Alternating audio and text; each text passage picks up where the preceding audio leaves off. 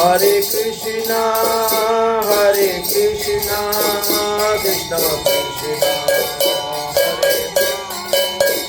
Hare Rama, Hare Rama, Rama Rama, Hare Hare, Jaya Radhe, Jaya Radhe, Jaya Radhe, Jaya Radhe, Nitai Gaur Hari Vale, Nitai Gaur Hari Vale, Gaur Hari Vale, Nitai Gaur Hari Vale. Gurve Gaura Chandraya Radhikāvai Tadālaya Krishnāya Krishna Bhaktāya Tadbhaktāya Namo Namo. শুধু ভক্তবৃন্দগণ, কলিযুগ পাবন অবতার শ্রী শ্রী গৌরাঙ্গ মহাপ্রভু লীলা কথা বেশ কিছুদিন যাবতই আমরা আস্বাদন করে যাচ্ছি। মহাপ্রভু এবার বৃন্দাবনে এসে উপস্থিত হয়ে গিয়েছেন। শ্রীধাম বৃন্দাবনে তিনি এসেছেন এবং কৃষ্ণদাস সেনুরা ব্রাহ্মণকে নিয়ে তিনি দ্বাদশ বন পরিক্রমা করতে বেরিয়েছেন, অর্থাৎ 84 কোশ ব্রজমণ্ডল তিনি পরিক্রমা করতে বেরিয়েছেন। বিভিন্ন স্থান পরিক্রমা করে করে দর্শন করে করে রাধা আরিড গ্রামে আসলেন। লোকদেরকে জিজ্ঞাসা করলেন, রাধা কুণ্ড কোথায়, শ্যাম কুণ্ড কোথায়? কেউ বলতে পারল না। যিনি মহাপ্রভুর তীর্থগুরু ছিলেন তিনিও বলতে পারলেন না। অতঃপর মহাপ্রভু ধ্যানস্থ হয়ে বসলেন, দেখলেন যে এখন ধান ক্ষেত হয়ে গেছে।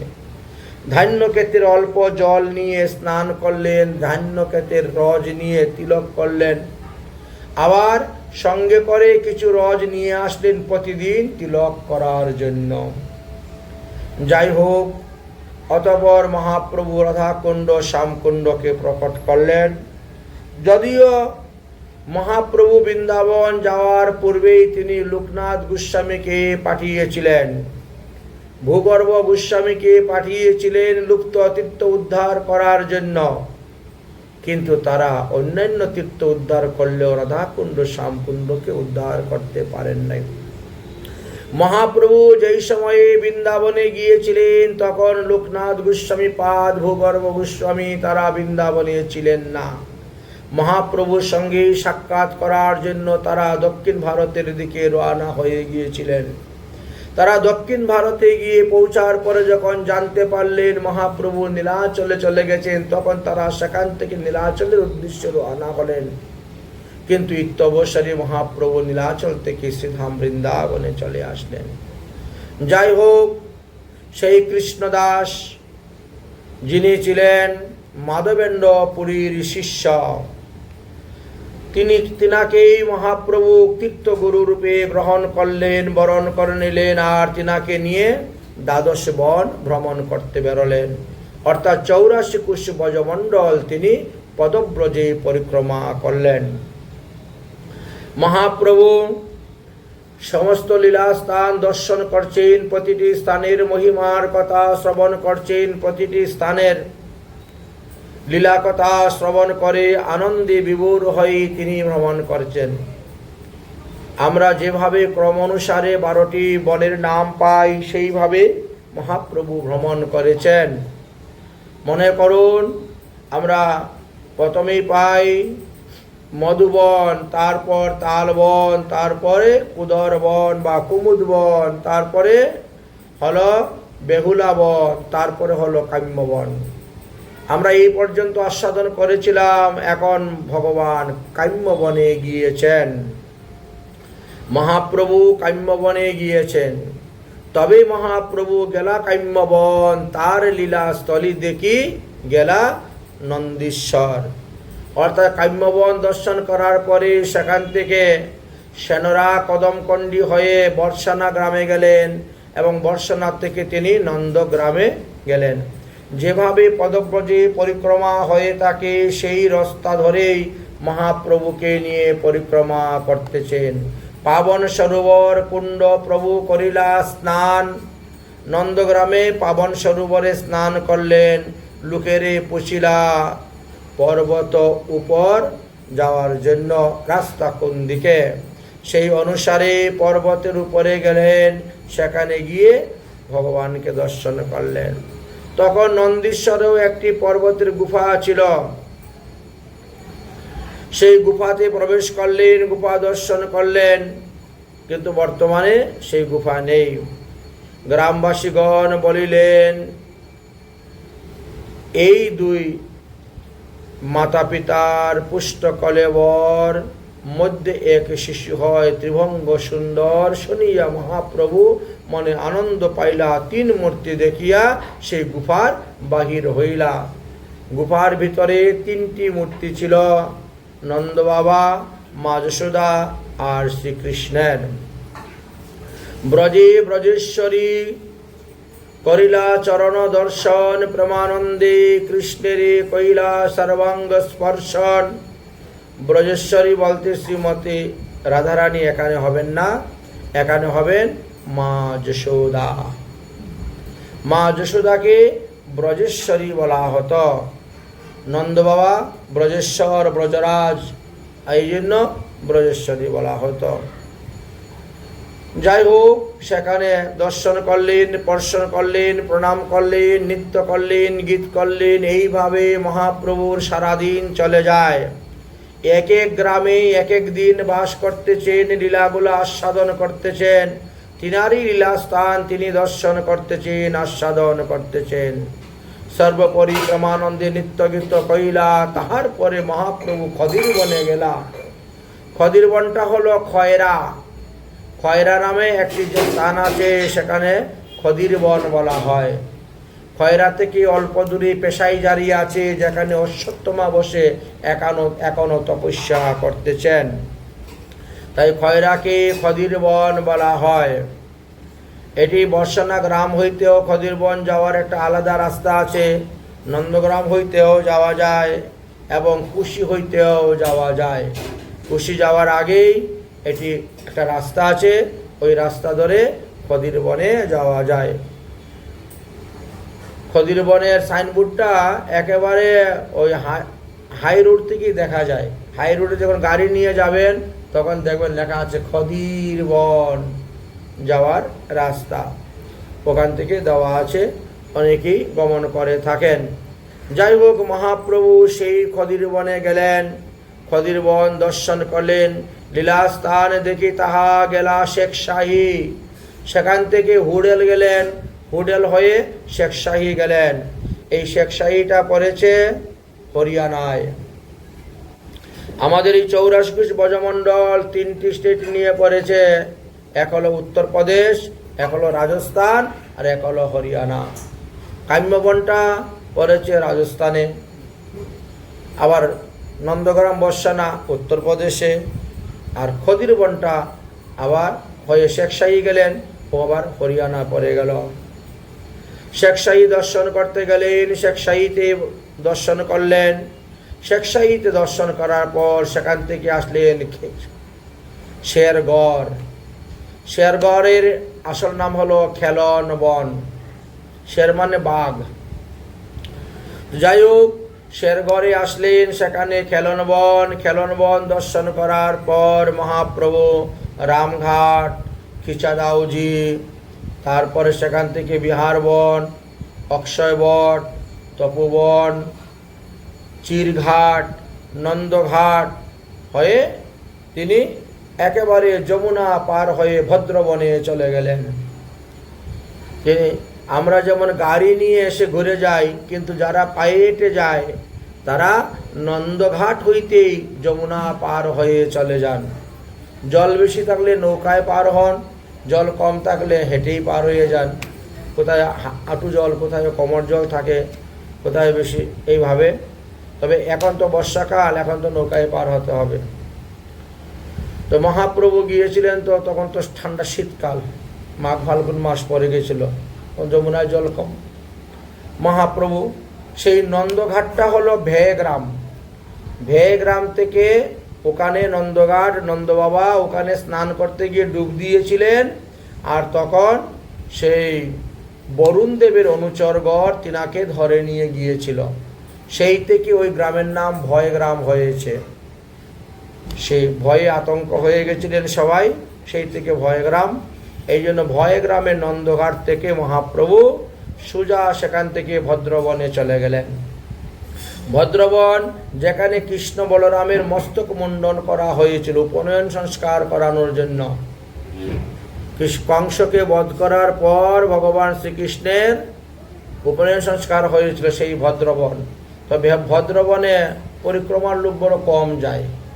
গাড়ি নিয়ে যারা পরিক্রমা করে এরা ভান্ডিরবন পর্যন্ত যায়, কিন্তু ভান্ডিরবন থেকে আরও 4-5 কিলোমিটার দূরে হলো ভদ্রবন। সেই ভদ্রবনে কৃষ্ণ বলরামের মস্তক মুন্ডন হয়েছিল, তারা ভদ্র হয়েছিলেন, তাই ভদ্রবন নাম। সেখান থেকে আসলেন, এসে ভান্ডিরবনে প্রবেশ করলেন, ভগবান শ্রীকৃষ্ণের বিবাহ স্থান দর্শন করলেন। তারপরে বংশীবটে গেলেন, বংশীবট দর্শন করার পরে হাঁটলেন মাঠবন। মাঠবন দর্শন করার পরে গেলেন শ্রীবন, অর্থাৎ বেলবন দর্শন করতে গেলেন। বেলবন দর্শন করার পর সেখান থেকে বেরিয়ে গেলেন লৌহবন, যেখানে জরাসন্ধুর সঙ্গে ভগবান শ্রীকৃষ্ণের 17 বার যুদ্ধ হয়েছিল। সেই লৌহবন দর্শন করলেন। তারপরে সেখান থেকে গেলেন রাবেল। রাবেল দর্শন করার পরে গেলেন দাউজি। খিচাদাউজি দর্শন করে তারপরে গোকুল মহাবনে আসলেন। গোকুল মহাবন, ব্রহ্মাণ্ড ঘাট, চিন্তাহরণ ঘাট আদি সব দর্শন করে পুনরায় মথুরায় শ্রীকৃষ্ণের জন্মভূমিতে এসে মহাপ্রভু উপস্থিত হইলেন। অর্থাৎ 12 বন 84 কোষ ব্রজমণ্ডল তিনার পরিক্রমা হয়ে গেল। অতঃপর কৃষ্ণদাস সেনুরীরা ব্রাহ্মণকে দণ্ডবত প্রণাম করলেন এবং তিনার কাছ থেকে বিদায় নিতে চাইলেন। তিনি বললেন, এতদিন কষ্ট করে পরিক্রমা করে এসেছেন, অন্ততপক্ষে 2-4 দিন আমার গৃহে অবস্থান করুন, বিশ্রাম করুন। মহাপ্রভু তিনার আদেশ গ্রহণ করলেন, তার প্রার্থনা গ্রহণ করলেন এবং বেশ কিছুদিন মথুরাতে সেনুরা ব্রাহ্মণের বাড়িতে অবস্থান করলেন। সেই কৃষ্ণদাস সেনুরা ব্রাহ্মণ রান্না করে ভোগ লাগাতো, মহাপ্রভু প্রসাদ পেতেন আর বিভিন্ন স্থান মথুরার দর্শন করতে যেতেন।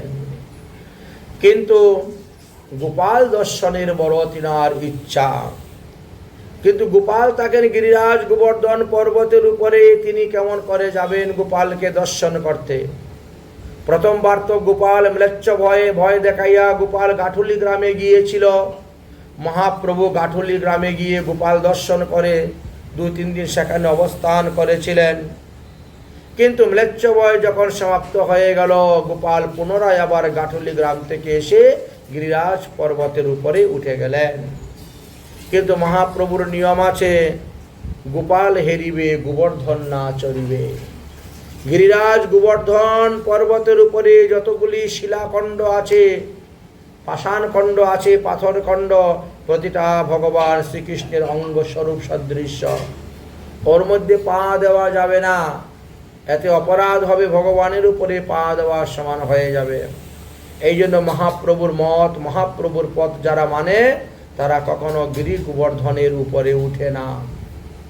তারা গিরিরাজ গোবর্ধন শিলার সেবা পূজা করবেন, কিন্তু পর্বতের উপরে কখনো উঠবেন না গোপাল দর্শন করার জন্য। মহাপ্রভু একবার গোপাল দর্শন করে মন তৃপ্তি হলো না, আরেকবার গোপাল দর্শন করার ইচ্ছা, কিন্তু কি করা যায় উপায় কোনো চিন্তা করে পাচ্ছেন না।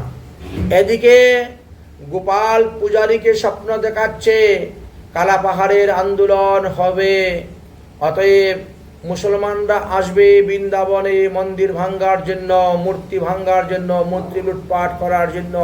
আমার বিগ্রহকে এখনই মথুরায় নিয়ে যাও। স্বপ্ন আদেশ পাওয়ার পরে পূজারী কি করলেন, সেই গোপাল গোবর্ধন পর্বতের উপর থেকে নামিয়ে নিয়ে আসলেন, এনে মথুরায় বিঠ্ঠল দেবের আশ্রমে রাখলেন। বিঠ্ঠল দেবীর মহিমার কথা শাস্ত্রে অনেক লেখা আছে, ভক্তমাল গ্রন্থতে লেখা আছে। সেই মথুরাবাসী বিঠ্ঠলের আশ্রমে রাখলেন। 1 মাস গোপাল থাকলেন, মহাপ্রভু 1 মাস মথুরায় বাস করলেন। প্রতিদিন গোপাল দর্শন করতেন আর যেতেন। ম্লেচ্ছ বয়ে আইলা গোপাল মথুরা নগরে, 1 মাস রহিলা বিঠ্ঠলেশ্বরের ঘরে। শ্রী বল্লভ ভট্টের 2 পুত্র ছিল, গোপীনাথ আর বিঠ্ঠলনাথ। এই হলো সেই বিঠ্ঠল। এই বিঠ্ঠলনাথের ঘরে গোপাল এসে 1 মাস অবস্থান করেছিলেন। বিঠ্ঠলনাথের জন্ম হয়েছিল 1437 শতাব্দে, আর মৃত্যু হয়েছিল 1507, মানে 80 বৎসর তিনি জীবিত ছিলেন। বিঠ্ঠল দেবীর 7 পুত্রগণ ছিলেন। বিঠ্ঠল দেবীর 7 পুত্রের বংশধরেরা এখনো মথুরাতে আছেন। ভক্তি রত্নাকর গ্রন্থের 5ম তরঙ্গে এই বিষয়ে বিস্তারিত আলোচনা করা আছে। বিঠ্ঠলেরও সেবা কৃষ্ণ চৈতন্য বিগ্রহ, তাহার দর্শন হইল পরম আগ্রহ। বিঠ্ঠলনাথ ভট্ট বল্লভ ভট্টের তনয়, করিলা যতেক প্রীতি কহিতে না যায়। গাঠুলি গ্রামেতে গোপাল আইলা ছল করি, তাহা দেখিতে আইলা গৌরাঙ্গ শ্রীহরি। আবার গাঠুলি গ্রামে সেখান থেকে আসলেন, মহাপ্রভু নৃত্য গীত করলেন। ভক্তগণ সবে তবে পরামর্শ করি, বিঠ্ঠলেশ্বরী কইলা সেবার অধিকারী। কিন্তু লোকভিড় দেখিয়া মহাপ্রভু তখন চিন্তা করলেন এখানেও থাকা যাবে না। যত সময় যাচ্ছে লোকের ভিড় হচ্ছে, তাই মহাপ্রভু মথুরা নগর ত্যাগ করিয়া অক্কুর ঘাটে গিয়া কিছুদিন বাস করেছিলেন। অক্কুর ঘাটটি হলো পাগলা বাবার মন্দির থেকে বেরিয়ে হাতের বাম দিকে একটা রাস্তা আছে, ওই রাস্তা ধরে 1 কিলোমিটার বা 1.5 কিলোমিটার ভিতরে গেলে পরে আপনি পাবেন অক্কুর ঘাট। অক্কুর ঘাট থেকে আরো 1-1.5 কিলোমিটার দূর গেলে পরে পাবেন ভাতরুল, যেখানে ভগবান শ্রীকৃষ্ণ অন্ন ব্যঞ্জন খেয়েছিলেন, গ্রহণ করেছিলেন। সেই যজ্ঞপত্নীগণ অন্ন ব্যঞ্জন এসে ভগবান শ্রীকৃষ্ণকে গোচারণে সেবা দিয়েছিল, খাওয়িয়েছিলেন। যাই হোক, মহাপ্রভু বেশ কিছুদিন অক্কুর ঘাটে অবস্থান করলেন, ভাতরুল স্থানাদি দর্শন করলেন। সেখানেও যখন আবার লোকের ভিড় হতে শুরু হলো, তখন মহাপ্রভু সেখান থেকে সোজা বৃন্দাবনে ইমলি তলায় এসে গেলেন। তো প্রথমেই মহাপ্রভু আসলেন কালিদাহে। কালিয়া হ্রদে স্নান করে, দ্বাদশ আদিত্য টিলা দর্শন করে, কেশিঘাট রাসস্থলী আদি দর্শন করলেন। প্রতিদিন পঞ্চকোশী বৃন্দাবন পরিক্রমা করলেন। করে আবার তিনি সেই অক্কুর ঘাটে গিয়ে বিশ্রাম করতেন। একদিন মহাপ্রভু প্রাতে বৃন্দাবনে কৈলাচির ঘাটে স্নান, তেঁতুল তলাতে আসিয়া প্রভু করিলা বিশ্রাম। আজ অবধি সেই তেঁতুল গাছ আছে, 5,500 বৎসরের পুরানো তেঁতুল বৃক্ষ। ভগবান শ্রীকৃষ্ণের সেই লীলার সাক্ষী, রাধারানীর লীলার সাক্ষী স্বরূপ অবস্থান করতেছেন। আজ মহাপ্রভু এসেছেন, সেই তেঁতুল তলায় এসে বিশ্রাম করেছেন। প্রথমে কালিয়া হ্রদে স্নান করেছেন, তারপরে চিরঘাটে এসে উপস্থিত হয়েছেন, স্নান করেছেন, তারপর তেঁতুল তলায় এসে প্রভু করিলা বিশ্রাম। কৃষ্ণলীলার কালে সেই বৃক্ষ পুরাতন, তার তলে পিরি বান্ধি আছে পরম চিকন। নিকটে যমুনা বহে শীতল সমীর, বৃন্দাবন শোভা দেখিলে প্রভু যমুনার নীর।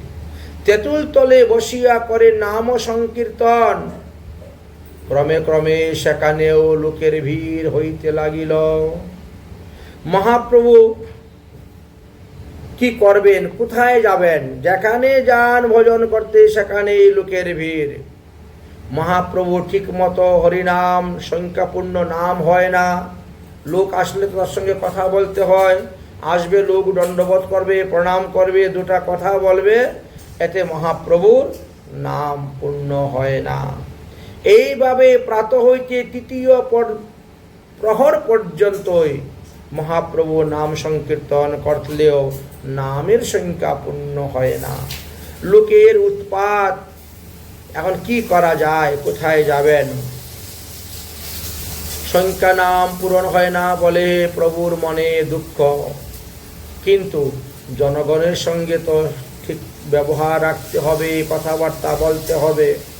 তৃতীয় প্রহরে লোক যায় প্রায় দর্শন, সবে উপদেশ করেন প্রভু কর গিয়ে নাম সংকীর্তন। যেই আসো দণ্ডবোধ প্রণাম করো, যাও কৃষ্ণ কৃষ্ণ বলো, হরিনাম করো, যাও ঘরে যাও, নাম সংকীর্তন করো। এমন সময়ে কৃষ্ণদাস নামে আরো একজন গৃহস্থ বৈষ্ণব মহাপ্রভুর নিকটে এসে উপস্থিত হয়েছেন। কালিয়া হ্রদে স্নান করে ইমলি তলাতে এসেছেন। এসে দেখেন মহাপ্রভু এখানে আছেন। মহাপ্রভু দেখিয়া তিনি প্রমাবিষ্ট হইয়া মহাপ্রভুর চরণে পড়ে দণ্ডবত প্রণাম করে কাকুতি মিনতি করে কান্না করতে শুরু করলেন। মহাপ্রভু বললেন, তোমার অভিপ্রায় কি? বলেন, প্রভু আমার গৃহে চলুন, আমার গৃহে চরণ ধুলি দিবেন। প্রভু কহেন, কে তুমি? কাহা তোমার ঘর? আমি তো তোমাকে দেখে চিনতে পারছি না, তুমি কে? কৃষ্ণদাস কহে, মই গৃহস্থ পামর, রাজপুত জাতি মই, ওপারে মোর ঘর, মানে যমুনার ওই পারে।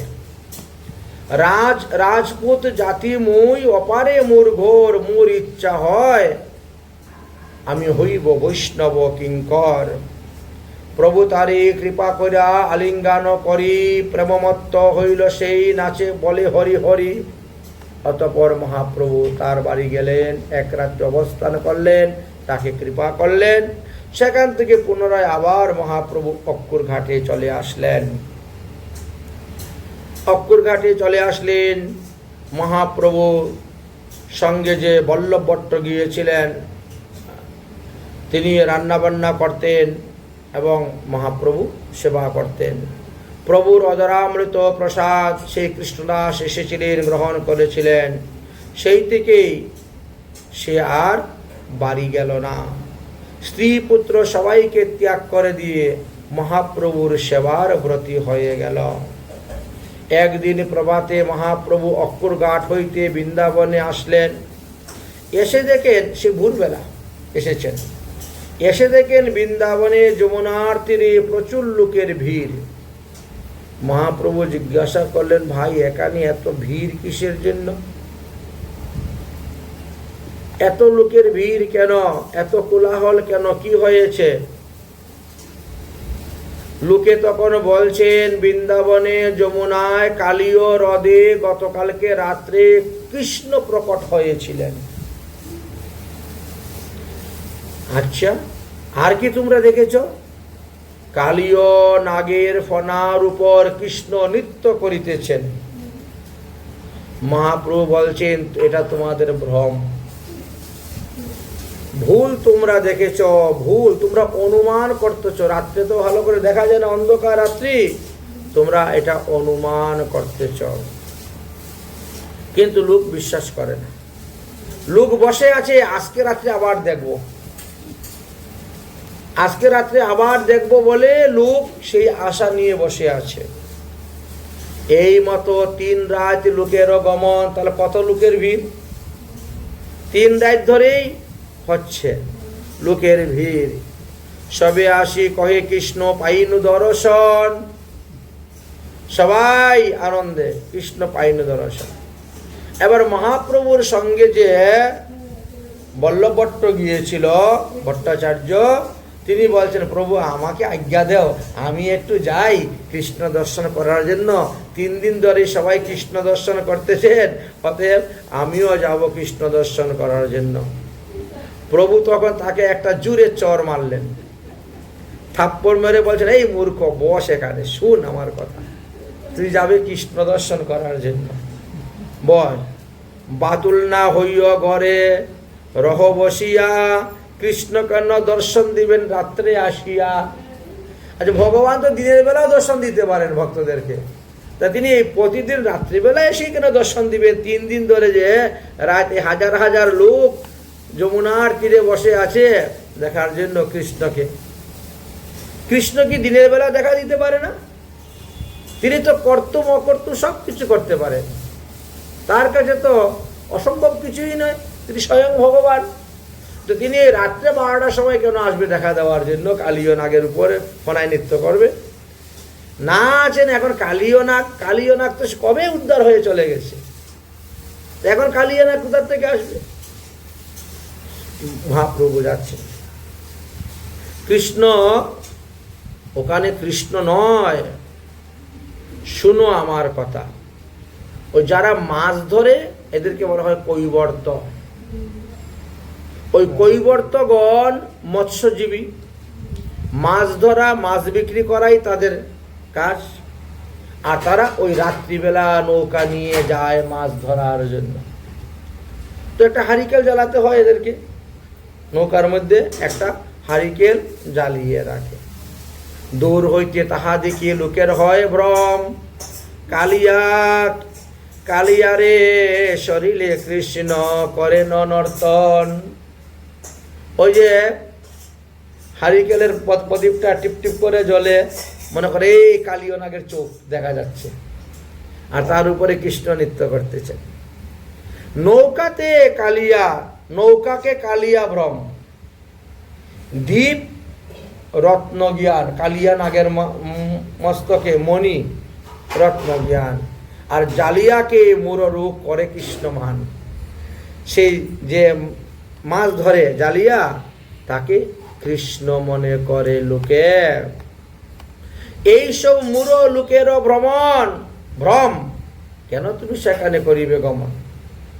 শোন ভট্টাচার্য, কাল সকালে তোমার সামনে এই লোকদেরকে আমি জিজ্ঞাসা করব, তবেই তুমি বুঝবে ভগবান শ্রীকৃষ্ণ কিভাবে প্রকট হইয়াছিলেন। আমি কালকে লোকদেরকে জিজ্ঞাসা করব তোমার সম্মুখে, তখন তুমি বুঝতে পারবে।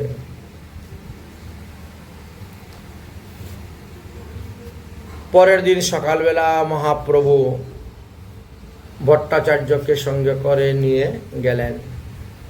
বলভদ্র ভট্ট নাম ছিল ওনার। সঙ্গে করে নিয়ে গেলেন, গিয়ে জিজ্ঞাসা করছেন তোমরা কি গতকালকে রাত্রে কৃষ্ণকে দেখেছ?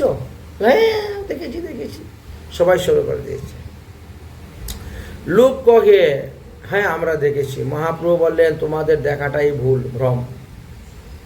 রাত্রে কৈবর্ত নৌকায় চরিয়া, কালীয় দাহতে মৎস্য মারতে যায় দেউলি জ্বালাইয়া। আর দূর থেকে তোমরা দেখে মনে করতেছ নৌকাকে কালীয় নাগ, আর দেউলিকে মাতার মণি, আর জালিয়াকে কৃষ্ণ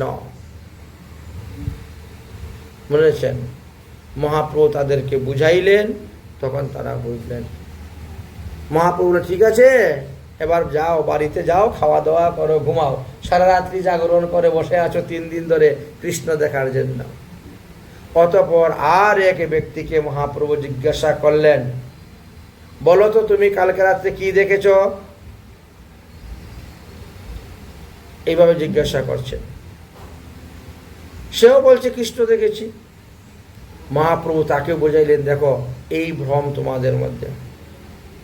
যদি কৃষ্ণই হয়ে থাকতেন তো তিনি তো দিনের বেলাও এসে দেখা দিতেন। প্রভু বলে, তোমরা কি দেখেছ? লোক বলে, কৃষ্ণ প্রকট কালীয় হ্রদের জলে আমরা দেখেছি। কালীয়র শিরে নৃত্য করিতেছেন, ফণিতে রত্ন ঝলমল করে জ্বলতেছে। মহাপ্রভু বলে, শুনলে তো ভট্টাচার্য এই মূর্খ লোকদের কথা? অতঃপর মহাপ্রভু কয়েকজন ভদ্রলোককে ডেকে এনে বসাইলেন। এনে জিজ্ঞাসা করছেন, আচ্ছা বলো তো তোমরা কি দেখেছ? তারা সবাই একই কথা বলে। একজনের শুনেছে, একজনের মুখ থেকে শুনে শুনে আরেকজনে বলে। তারাও সেইভাবে বলতে শুরু করেছে। মহাপ্রভু তখন তাদেরকে বুঝাইলেন। যখন বুঝাইলেন তখন তারা বুঝলো। মহাপ্রভু বলতে বলতে বলতে বলতে সাক্ষাৎ কৃষ্ণ হয়ে গেলেন, বুঝাইতে বুঝাইতে। সন্ন্যাসী হন সাক্ষাৎ নারায়ণ, সুতরাং আপনার দর্শন করলেই কৃষ্ণ দর্শনের ফল পাওয়া যায়। প্রভু কহেন, কাহা পাইলা কৃষ্ণ দর্শন? লোক কহে, সন্ন্যাসী তুমি। জঙ্গম নারায়ণ, বৃন্দাবনে আইলা তুমি কৃষ্ণ অবতার, তোমাদিকে সর্বলোক হইল নিস্তার। প্রভু কহেন, বিষ্ণু বিষ্ণু ইহা না কহিবা, জীব অধম আমি, আমারে কৃষ্ণ না বলিবা। মহাপ্রভু নিজেকে নিজে কখনো প্রকাশ করতেন না, সবসময় গোপন করে রাখতেন। আমি তো জীব, তোমরা আমাকে কৃষ্ণ বলে কেন দণ্ডবোধ করতেছ, প্রণাম করতেছ? মহাপ্রভু লোক শিক্ষার জন্য জীবদেরকে শিক্ষা দিচ্ছেন। জীব কৃষ্ণ নহে, সুতরাং জীবেতে কখনো কৃষ্ণ বুদ্ধি করিও না। জীব কৃষ্ণের নিত্য দাস, এটাই হলো সিদ্ধান্ত। জীব কোনো অবস্থাতে প্রভু হইতে পারবে না, যতই সাধন করুক ভজন করুক না কেন, জীব জীবই থাকবে, সে কখনো প্রভু হইতে পারবে না। অতএব জীবকে প্রভু সম্বোধন করাটাও উচিত নয়। জীবের স্বরূপ হলো নিত্য কৃষ্ণ দাস। সে সাধন ভজন করে সিদ্ধ পুরুষ হতে পারবে, যোগী পুরুষ হতে পারবে, মহাপুরুষ হতে পারবে, আর মহাত্মা হতে পারবেন, কিন্তু তিনি পরমাত্মা হতে পারবেন না। কখনো সাধন ভজন করে পরমাত্মা হওয়া যায় না। পরমাত্মা যিনি অনাদির আদি শ্রী গোবিন্দ, তিনি সাধন ভজন করে ভগবান হন নাই। তিনি পূর্বেও ভগবান ছিলেন, এখনো ভগবান আছেন, আর পরেও ভগবান থাকবেন। তবে মায়াবাদী সন্ন্যাসীগণ সন্ন্যাস গ্রহণের পর তারা নিজেকেই ব্রহ্ম বলে মনে করে। তারা একে অন্যকে দেখলে পরে ওম নমো নারায়ণ বলে প্রণাম করে, অহম ব্রহ্মস্মি বলে মনে করেন। মহাপ্রভুকে দেখতে কাপড় চুপড়ে যদি মায়াবাদী সন্ন্যাসী মনে হতো, কিন্তু তিনি ছিলেন বৈষ্ণব সন্ন্যাসী। আপনাকে ব্রহ্ম বলিয়া মানে মায়াবাদীগণ দণ্ড গ্রহণ মাত্রে নর নারায়ণ বৎ হয়ে যায়। তারা মনে করে আমি ত্রিদণ্ড গ্রহণ করেছি, আমি সন্ন্যাস মন্ত্রে দীক্ষা নিয়েছি, আমি এখন চতুর্ভুজ নারায়ণ হয়ে গেছি। দণ্ডিগণকে কেবল অদ্বৈত মায়াবাদীগণ ওম নমো নারায়ণ বলিয়া থাকেন, বা এই শব্দের দ্বারা একে অন্যে সম্বোধন করেন, এবং তাদের মুখেও নারায়ণ নারায়ণ নারায়ণ বলিয়া থাকেন। স্মার্ত মত অনুসারে, স্মার্ত প্রথা অনুসারে গৃহস্থ ব্রাহ্মণ প্রভৃতি সকলেই সেই সন্ন্যাসীকে দেখিলে নারায়ণ জ্ঞানে প্রণাম করিয়া থাকেন। এটাও কিন্তু মানুষের ভ্রম, এটাও মানুষের ভ্রম। কারণ ঈশ্বর তত্ত্ব আর জীব তত্ত্ব আলোচনা করলে দেখা যায় কতটা পার্থক্য আছে। আমরা জীব, আমরা মাতা কেশায়ের সহস্র ভাগের এক ভাগ বলছেন, অতএব সে কেমন করে ঈশ্বর হয়? দেখো, ঈশ্বর তত্ত্বর মধ্যে লেখা আছে ভগবান সর্বদা সচিদানন্দ। তিনার দেহটা সচ্চিত আনন্দ সংযুক্ত। তিনি লাদিনী সংবিদ আদি শক্তি ধারণ করে আছেন। আর মানুষ সর্বদা স্বীয় আরোপিত অবিদ্যার জ্বালা দ্বারা আবৃত। অবিদ্যা, অজ্ঞান, অবিদ্যারূপী বিষয় নিয়ে তার দেহ গঠিত। আর ভগবানের দেহটা সচিদানন্দ চিন্ময়। ভগবান ঈশ্বর তত্ত্ব, মানুষ জীব তত্ত্ব। ভগবান মায়াধীশ, জীব মায়ার অধীন। ভগবান প্রভু, জীব সেবক। ভগবান সূর্য সমতুল্য, জীব সূর্যের কিরণ কণা সমতুল্য।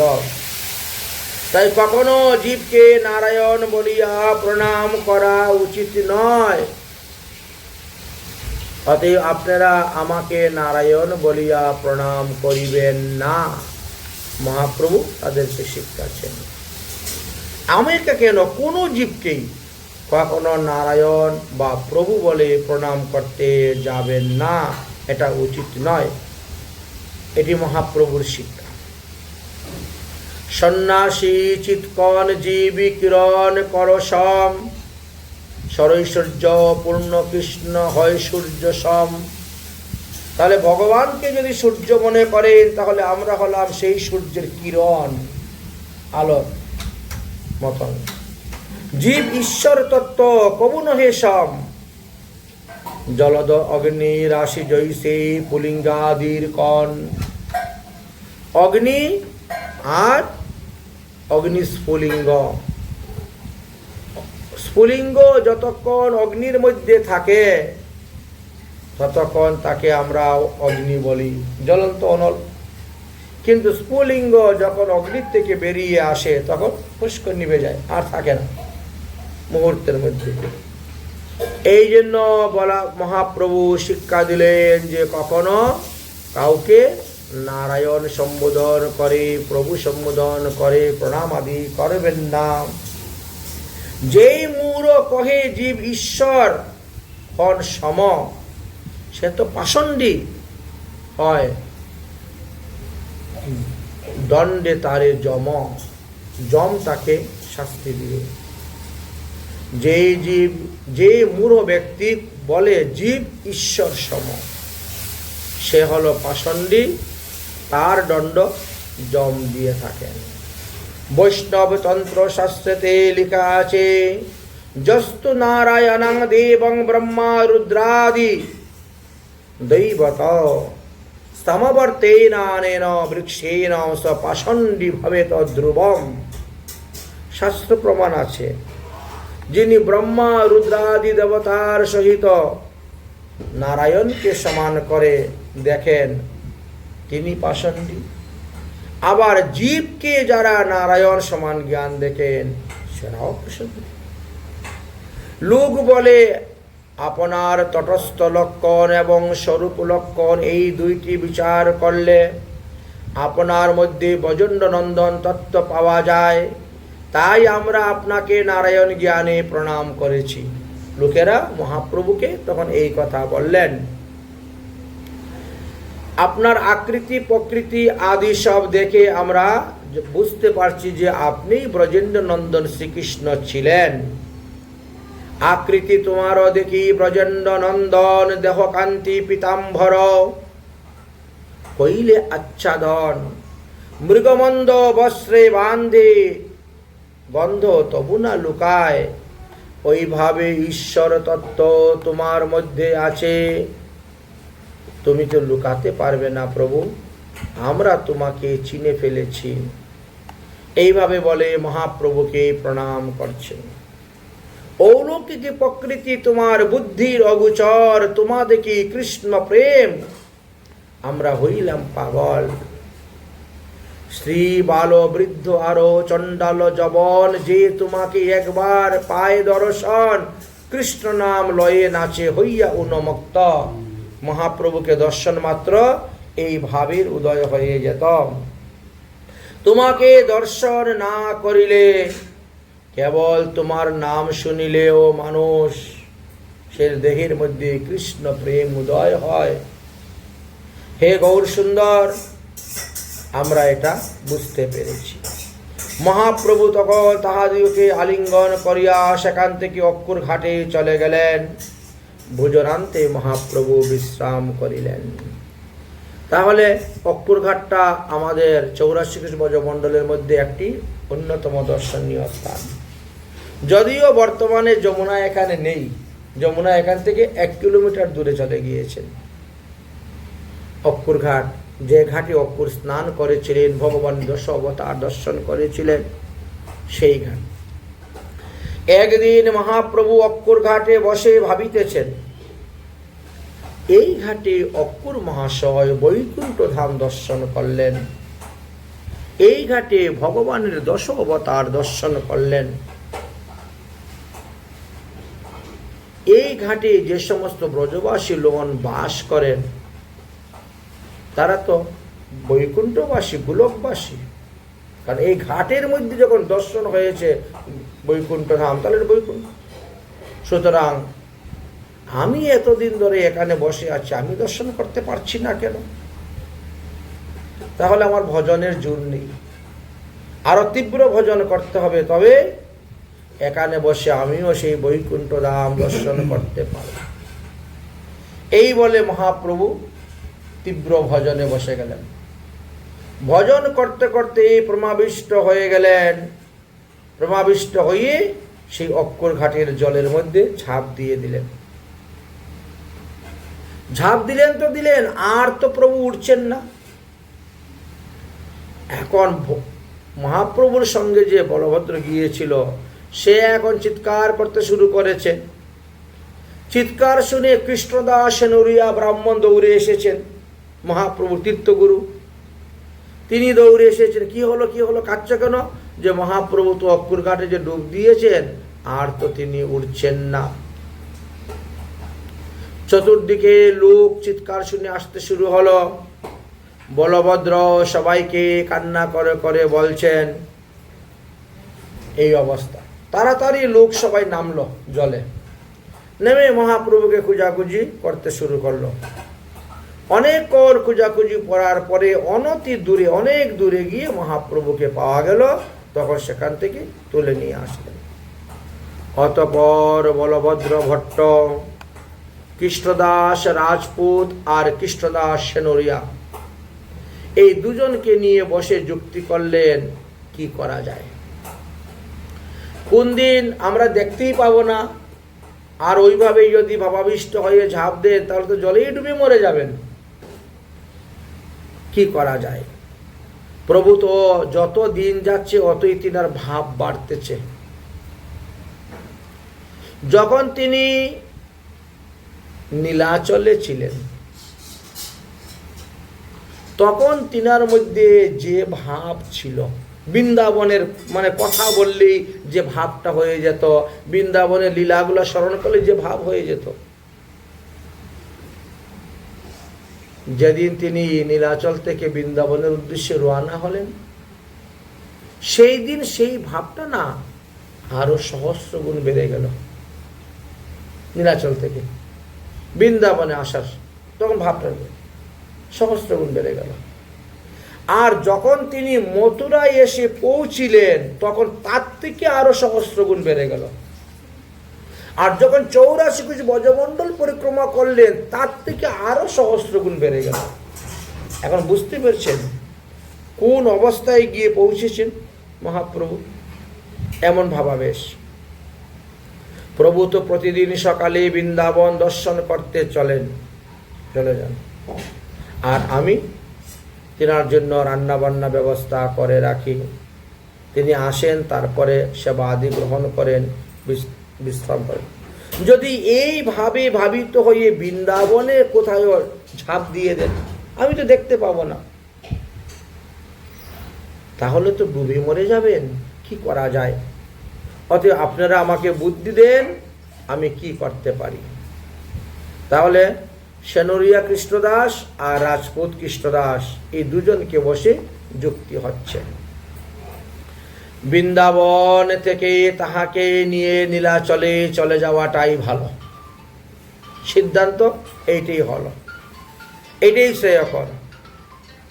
ঠিক আছে, তাহলে এই ব্যবস্থা করা হোক। প্রভুকে বললেন, প্রভু সবাই মিলে যুক্তি করে প্রভুকে বললেন, প্রভু এবার মকর সংক্রান্তিতে কুম্ভ মেলা পড়েছে,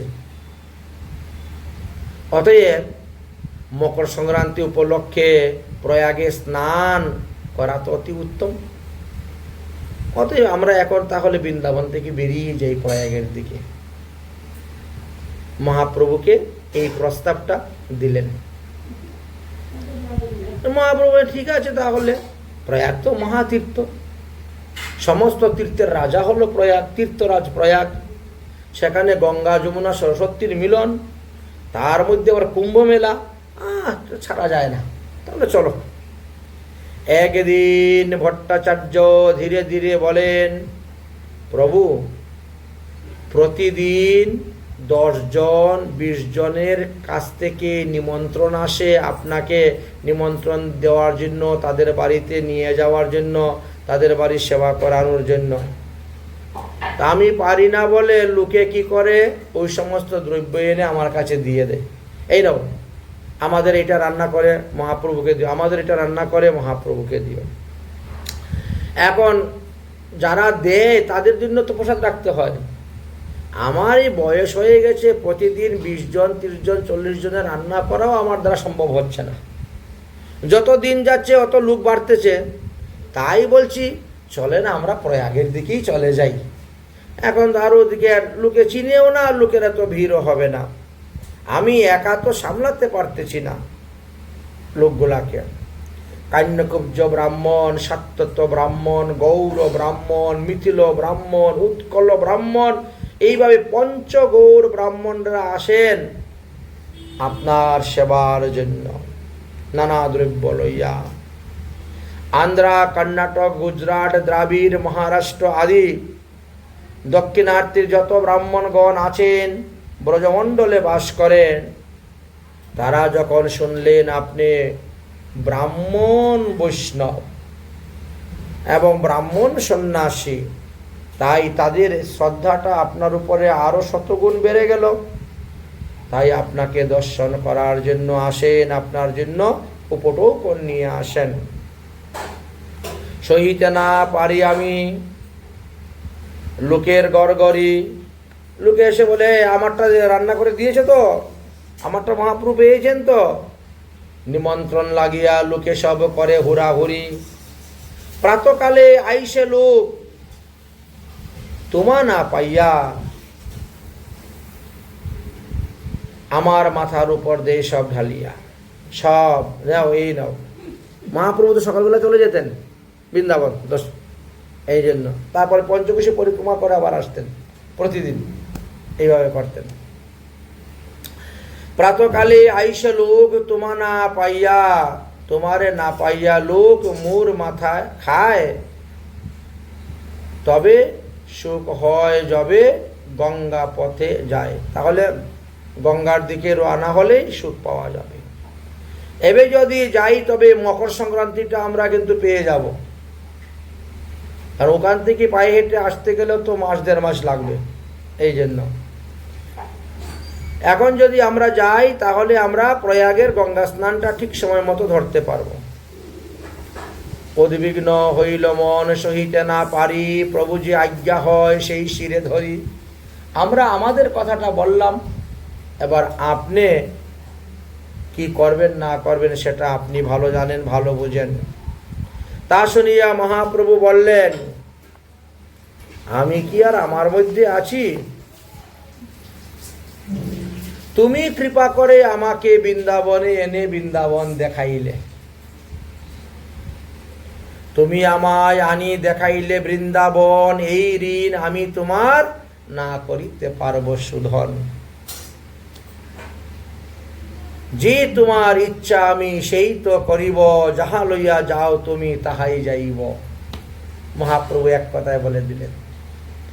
তুমি যে আমাকে বৃন্দাবনে এনে দর্শন করাইলে সেই ঋণই আমি তোমার শোধ করতে পারবো না।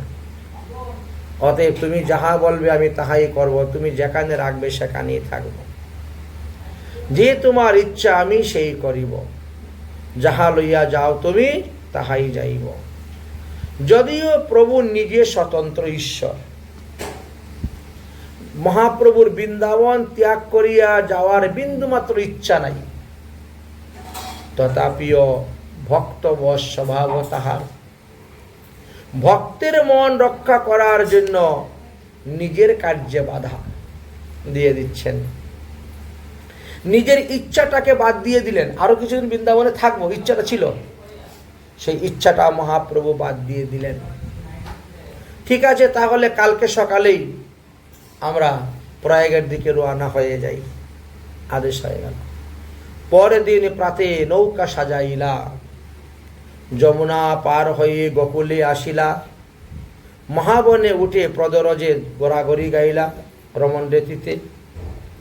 কিছু দূর যাওয়ার পর পথশ্রম দূর করিবার জন্য মহাপ্রভু একটা বৃক্ষতলে বসলেন। সেই বৃক্ষের নিকটে চরে বহু কাবিগণ, তাহা দেখি মহাপ্রভুর উল্লাসিত মন। তাহলে গোকুল মহাবন পার হয়ে চলে যাচ্ছেন, ব্রজের বাইরে রওনা হয়ে গেছেন যাওয়ার জন্য। আচম্বিতে তিনি সেই গাভীগুলাকে দর্শন করলেন, দর্শন করে আবার সেই প্রেমাবিষ্ট হয়ে গেলেন ভাবে। সেই সময়ে কোনো এক গোয়ালা আবার বাঁশি বাজাতে শুরু করে দিয়েছে। আচম্বিতে এক গোপ বংশী বাজাইল, শুনিয়া মহাপ্রভু আবার সেই প্রেমে ভাবাবিষ্ট হইলেন। সেই গাভী, সেই কৃষ্ণ, সেই ভাব এসে গেল। অচেতন হইয়া প্রভু পড়িলা ভূমি তলে, মুখে ফেনা বহে, বাহার শ্বাস রুদ্ধ হলে। শ্বাস বন্ধ, মুখে দিয়ে ফেনা বেরোচ্ছে, এমন অবস্থা। কি করবে? সেই সময় ঘোড়ায় চড়ি 10 জন যবন, ওই রাস্তা দিয়ে 10 জন যবন ঘোড়ায় চড়ে যাচ্ছে। এরা ছিল পাঠানদের সৈন্য, পাঠান সৈন্য ওইদিকে যাচ্ছে। সেখানে তারা এসে উপস্থিত হয়েছে। কি হয়েছে, কি হয়েছে? এই সন্ন্যাসী পড়ে গেল কেমন করে, অজ্ঞান হয়ে গেল, মূর্ছিত হয়ে গেল। তারা প্রভুর এই অবস্থা দেখে মনে করিল এই সন্ন্যাসীর নিকট হয়তো বহু স্বর্ণ মুদ্রা আদি মোহর আছে। তো কি করবে? তারা মহাপ্রভুকে সুস্থ করার জন্য 4 জনে মিলে বলছে, চলো চলো আমাদের কাছে দাও, আমরা নিয়ে যাই, জলের ঝাপটা উপটা দিয়ে ওনাকে সুস্থ করব। উদ্দেশ্য ছিল অন্যরকম। এই কথা বলে মহাপ্রভুকে নিয়ে যাবে, তারপরে গলা টিপে মেরে নিয়ে বহু ধন নিয়ে যাবে। এইটা ছিল এদের যুক্তি। হ্যাঁ, ধন নিয়ে যাবে। কিন্তু কৃষ্ণদাস রাজপুত তিনি তো বড় চতুর। তিনি বলছে, না না, তোমাদেরকে নিতে হবে না, তোমাদের কিচ্ছু করতে হবে না, যা করার আমরা কর। কৃষ্ণদাস রাজপুত 1 নম্বর। 2 নম্বর মাধবেন্দ্র পুরীর শিষ্য কৃষ্ণদাস সেনরিয়া ব্রাহ্মণ। 3 নম্বর বলভদ্র ভট্টাচার্য। তারা 3 জন তো আছেই। আরো একজন ব্রাহ্মণ এসেছিলেন, বলভদ্রের সঙ্গী ভৃত্য ব্রাহ্মণ। সুতরাং এই 4 জন, তারা বলছে, না, আমাদের প্রভুকে সুস্থ করার দায়িত্ব আমাদের, আমরা দেখব কি করা যায় না করা যায়, তোমাদের এই নিয়ে কোনো মাথা ব্যথা নেই।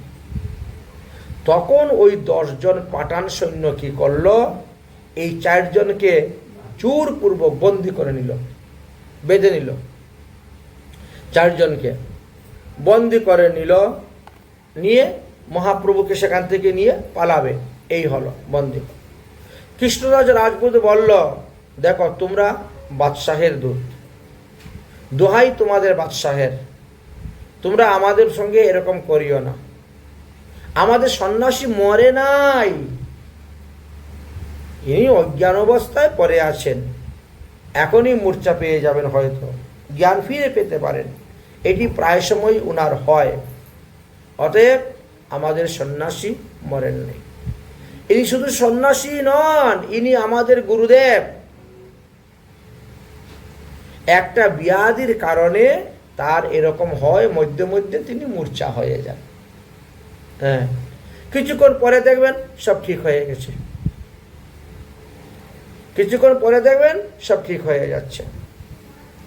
আমাদেরকে ছেড়ে দাও, নইলে এখনই আমরা চিৎকার করব ডাকাত ডাকাত বলে। চতুর্দিকে লোক আসবে আর তোমাদেরকে মেরে ফেলে দিবে। যদি প্রাণে বাঁচতে চাও, ঘোড়াগুলিকে নিয়ে এখান থেকে পালাও। দেখো, কৃষ্ণদাস সেনুরিয়া বলছে, এই আমি মথুরার ছেলে। কৃষ্ণদাস সেনুরিয়া ব্রাহ্মণ ওই মুসলমান পাঠানগুলাকে জবরগুলা বলছে, আমি মথুরার ছেলে, আমার সঙ্গে বেশি বাড়াবাড়ি করতে যেও না। পাঠান সৈন্য বলছে, তোমরা দুইজনকে ছেড়ে দিব, তোমরা যেহেতু মথুরার ছেড়ে দিব, কিন্তু গৌরিয়া ঠক এই দুইজনকে ছাড়ব না। এরা মিথ্যা কথা বলছে না। কৃষ্ণদাস রাজপুত বললেন, গৌরিয়া ঠক নয়, গৌরিয়া বাটপার নয়, তোমরা এইসব কেন বলছো? গৌরিয়া বাটপার নহে, বাটপার তুমি। পাঠানকে, পাঠানের সেই জবনগুলাকে বলছেন, তুমি বাটপার, তীর্থবাসিয়া লুটিয়া খাও, এই তোমার ব্যবহার। লোক তীর্থ করতে আসে আর তোমরা এসে তাদেরকে লুটে পড়ে সবকিছু নিয়ে চলে যাও। বাটপার কারা? বাটপার তো তোমরা। শুনিয়া পাঠান মনে সংকুচ হইল, হেন কালে মহাপ্রভু চেতন পাইল। তখন ভয় পেয়ে গেছে, মথুরার ছেলে, ছাড়বে না ব্রজবাসী। হুঙ্কার করিয়া প্রভু উঠে বলে হরি হরি। মহাপ্রভু উঠে গেছেন, প্রেমানন্দে নৃত্য করে বাহু দুই তুলি। ম্লেচ্ছগণ তখন ভয় পেয়ে চারজনকে বন্ধন থেকে মুক্ত করে দিল। প্রেমাবেশে প্রভু যবে করিলা চিৎকার, ম্লেচ্ছ হৃদয়ে যেন লাগলো শেলের ধার। ম্লেচ্ছ হরিনাম শুনতে পায় না, তো আগে এরা শুনে না হরিনাম। ম্লেচ্ছ হরিনাম শুনিতে পারে না, তাই তাদের বড় কষ্ট হচ্ছে। এদিকে ভট্টাচার্য দৌড়ে গিয়া মহাপ্রভুকে ধরে বসলেন। এইবার পাঠান সৈন্যগণ আসিয়া মহাপ্রভুকে প্রণাম করিয়া বলিলেন, এই চার ঠক আপনাকে ধুতরা বাং খাওয়াইয়া পাগল করেছে, আপনার ধন রত্ন সব লুণ্ঠন করে নেওয়ার জন্য।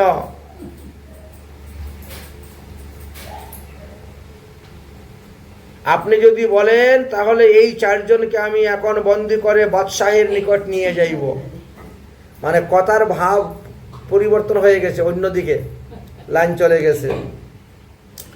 মহাপ্রভুকে এই কথা বলতেছেন। প্রভু কহে, এরা ঠগ নয়, এরা বাটপার নয়, এরা হলো আমার সঙ্গী, এরা হলো আমার সঙ্গী। ভিক্ষুক সন্ন্যাসী মোর নাহি কিছু ধন, মির্গি ব্যাধিতে আমার কবু হই অচেতন। মির্গি রোগ আগে বলা হতো, আর এখন কি বলে এটাকে, স্ট্রোক নাকি? মির্গি রোগ, হঠাৎ আমি অচেতন হয়ে পড়ে যাই, কোনো হুঁশ থাকে না আমার। মির্গি ব্যাধিতে আমায়, আমি এরকম প্রায় হই অচেতন।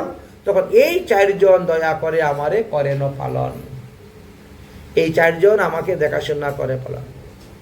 ওই ম্লেচ্ছদের মধ্যে একজন একটু সাব্যস্ত লোক ছিল,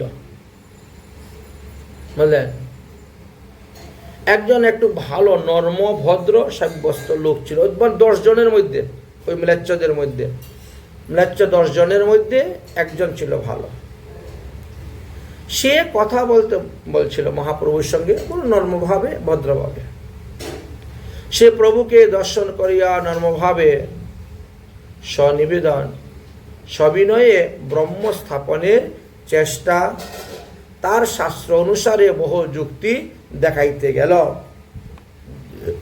মহাপ্রভু তাকে বললেন, মুসলমান দিকের মধ্যে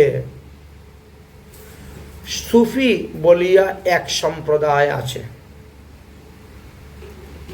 তাদের মতোই নির্বিশেষ ব্রহ্ম বা অদ্বৈত ব্রহ্মবাদ তারা মানে। তাহাদিকের মহাকাব্য, আচ্ছা কি আল কুরআন নাকি কাব্য, এই সুফির মত আমাদের শঙ্করাচার্যের মতের মতো নেই। শঙ্করাচার্যের মত যেটা, সেই মতেই তারা গ্রহণ করেছে।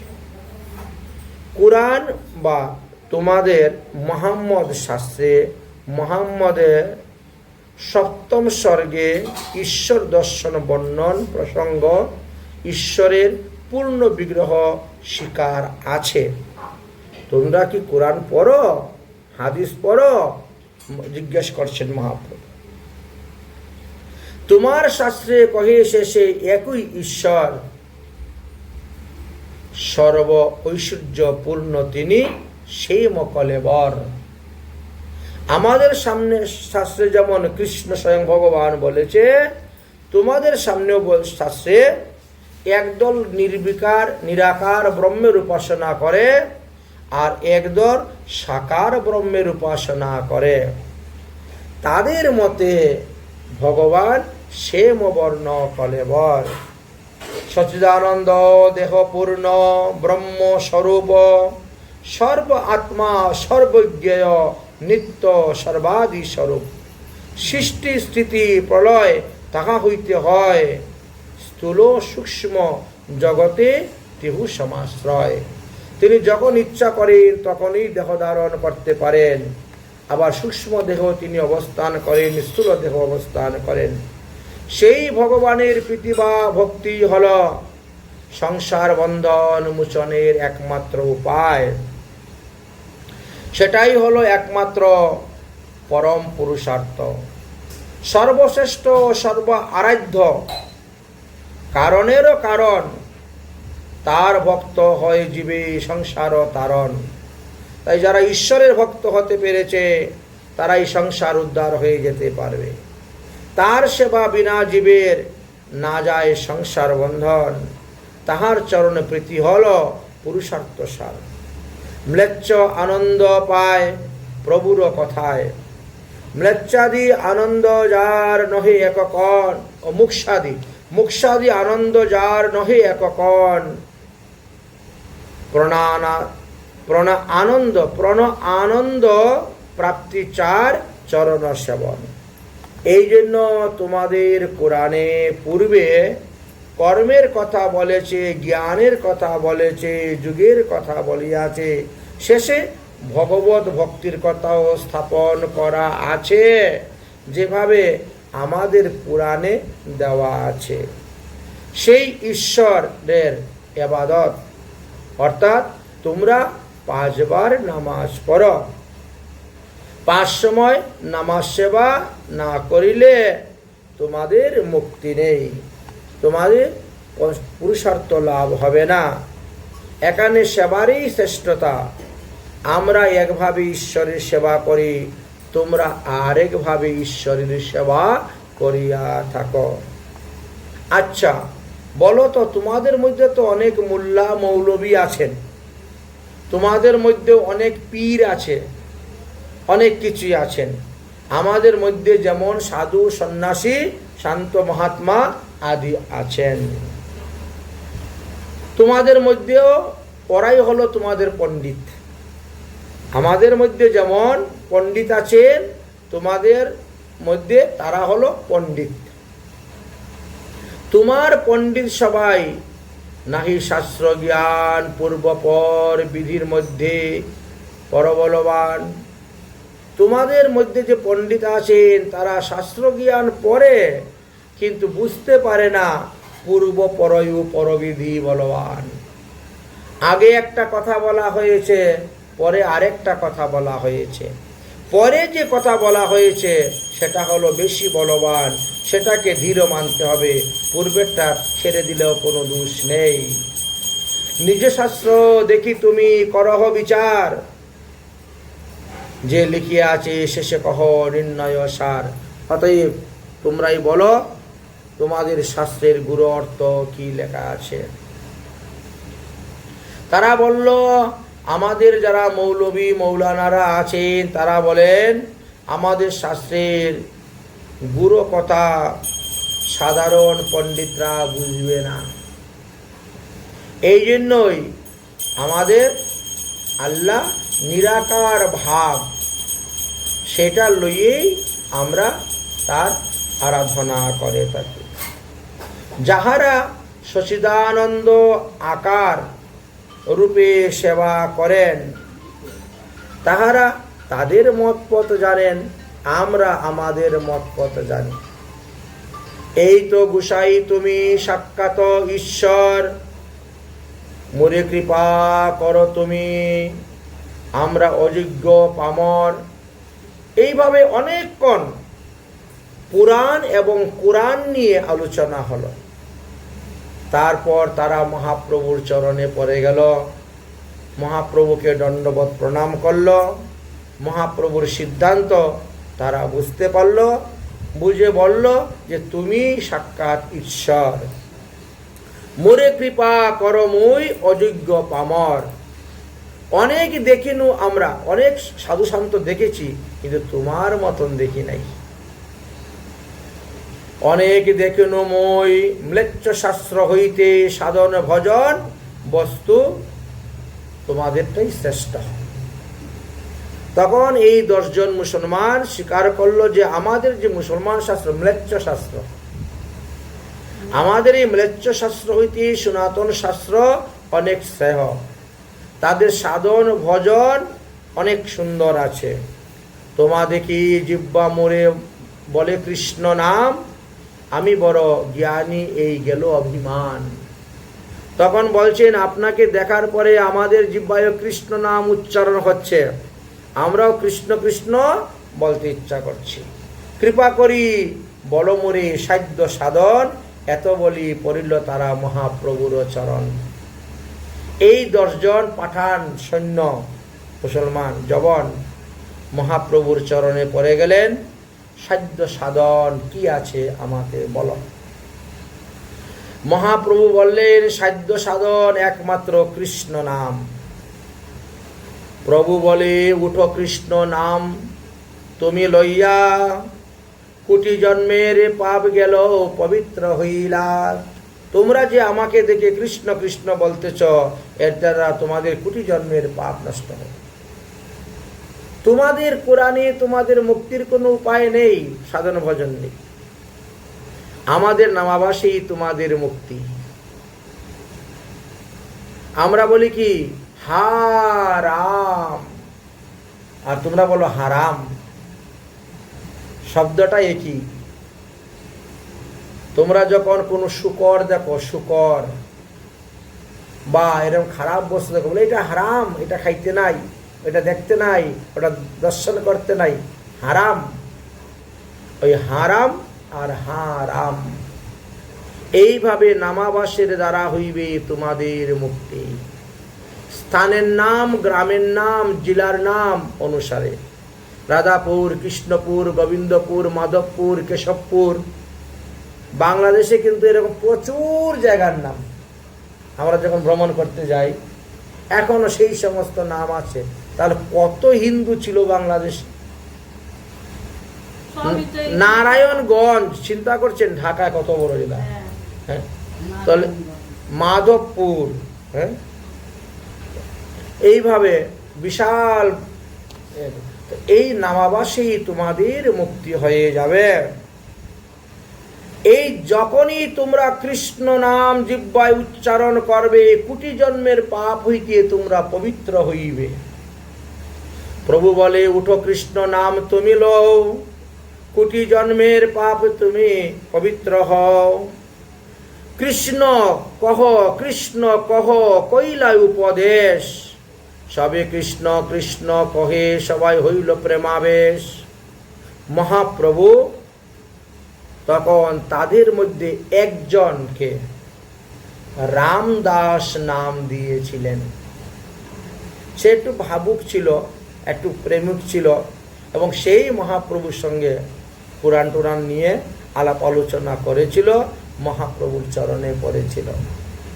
এই 10 জনের মধ্যে একজন মহাপ্রভুর কৃপা পেল এবং মহাপ্রভু তার নাম দিলেন রামদাস। মহাপ্রভু তারে রামদাস নাম দিল। ইহা দেখি অন্যান্য জবনগণ যারা ছিল পাশে তারা চমৎকার হয়ে গেল। আচ্ছা,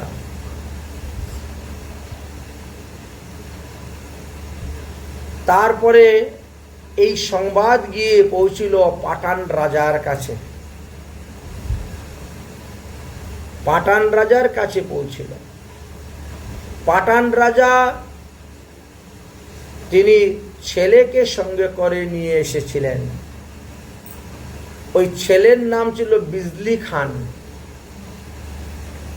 পাটান রাজার ছেলের নাম, জবন রাজার ছেলের নাম বিজলি খান ছিল।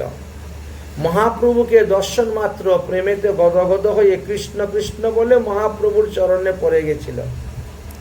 মহাপ্রভু তখন তিনার চরণ দোকানি ওই বিজলি খানের মস্তকের মধ্যে অর্পণ করেছিলেন। তা সবারে কৃপা করি প্রভু তো চলিলা, সেই হইতে পাটান রাজ সব বৈরাগ্য হইলা। শেষ, এদের মধ্যে বৈরাগ্য তো এসে গেল। পাটনা, মোগল সরাই আসে মনে হয়। পাটান বৈষ্ণব বলিয়া হইল তাহারা খ্যাতি, সেই থেকে তারা পাটান বৈষ্ণব। সর্বত্র গাহিয়া ফিরে মহাপ্রভুর কীর্তি। এই হলো পাটান বৈষ্ণব, বিজলি খান। সেই বিজলি খান হইলেন মহাপ্রভুর বড় ভক্ত, মহাভাগবত হয়ে গেলেন। তিনি মহাপ্রভুর গুণগান প্রচার করতে শুরু করলেন এবং তিনি পাটান বৈরাগী নামে খ্যাতি হলেন, বৈষ্ণব। সর্বতীর্থ হইতে তার পরম মহৎ তীর্থ ভ্রমণ করতেন।